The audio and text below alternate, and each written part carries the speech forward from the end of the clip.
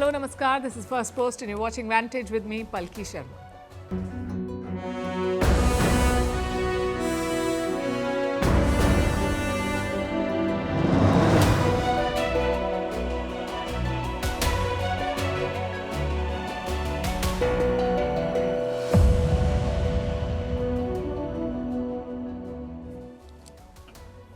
First, he proposed it, then he rejected it, and now Zelensky is traveling all the way to Washington to sign the mineral deal. What explains the turnaround? We'll discuss that tonight. Also, how Europe is amping up its defense expenditure.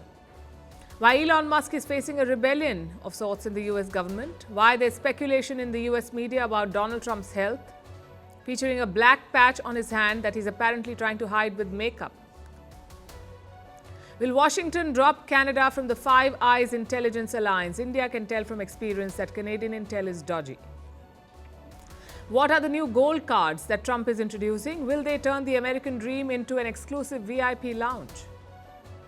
How China is sabotaging critical undersea cables in the Taiwan Strait? Why Indian political leaders are berating Air India on social media? How the US is cutting aid to save costs, but has cleared, in fact, military aid to Pakistan for F-16 jets. And this comes days after Trump tried to sell F-35s to India. And what's the mystery disease linked to eating bats that has killed more than 50 people? All this and more coming up. The headlines first. Hamas to hand over bodies of 4 Israeli hostages tomorrow. They agree to do so without holding any public ceremony. So far, all hostage handovers have been a public spectacle. Israel has delayed releasing hundreds of Palestinian prisoners, insisting that Hamas halt these ceremonies. American and Russian diplomats will meet in Istanbul on Thursday. Since Donald Trump returned to the White House, ties between the two countries have improved significantly. On Monday, Washington sided with Moscow at the United Nations, refusing to criticize Russia's invasion of Ukraine 3 years ago. A Sudanese military plane crashes into a residential neighborhood, killing at least 46 people. The cause of the crash is still not clear. This comes a day after the paramilitary, which is at war with the army, shot down an aircraft. Chile returns to normalcy as power is restored in most homes. Earlier, a massive outage had left millions without electricity. It led to the president declaring a state of emergency and imposing a curfew, which has now been lifted.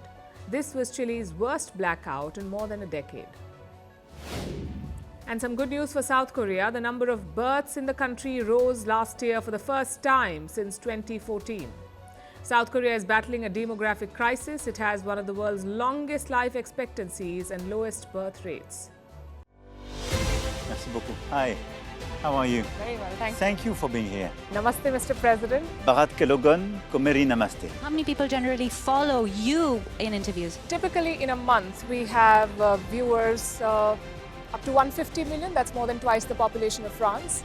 And in the last 2 years, we had 3 billion viewers. So I say, Laurent, this is your chance to be famous. You're on Firstpost. One word to describe your equation with Prime Minister Modi. Amitié. As India and France work together, are you creating a new era of non-alignment in the technology space? India is a training superpower. 1 million engineers a year, more than all of Europe and the US combined. So we have that partnership. We have a partnership on the environment and the economy. We also have civilian nuclear programs. And that is something we've developed far beyond the France-India relationship. So we want to work together on AI.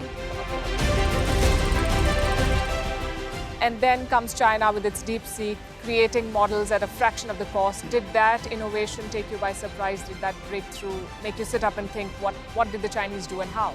But what did DeepSeek do? They took everything that was already available from the last AI model and then they recalibrated it. So are you going to ban Chinese AI in France? So we don't have this American approach of banning tech because of where it comes from.